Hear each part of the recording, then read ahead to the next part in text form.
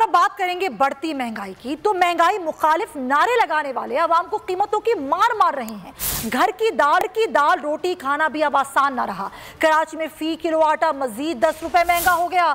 140 से 150 रुपए किलो तक फरोख्त होने लगा।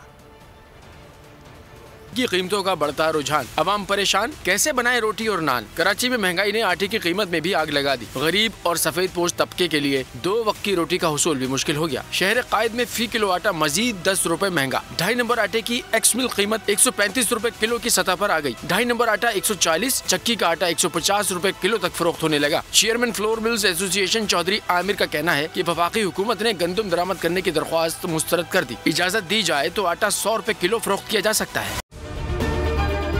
अगर आपको ये वीडियो पसंद आई है तो हमारे चैनल को सब्सक्राइब करें और बेल आइकन पर क्लिक करें।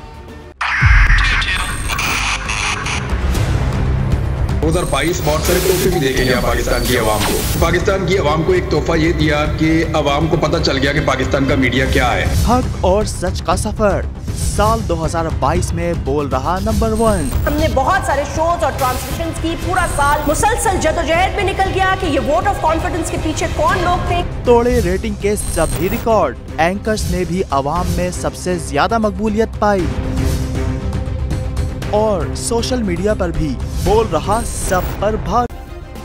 सब्सक्राइब करें और बेल दबाएं ताकि कोई खबर रह न जाए।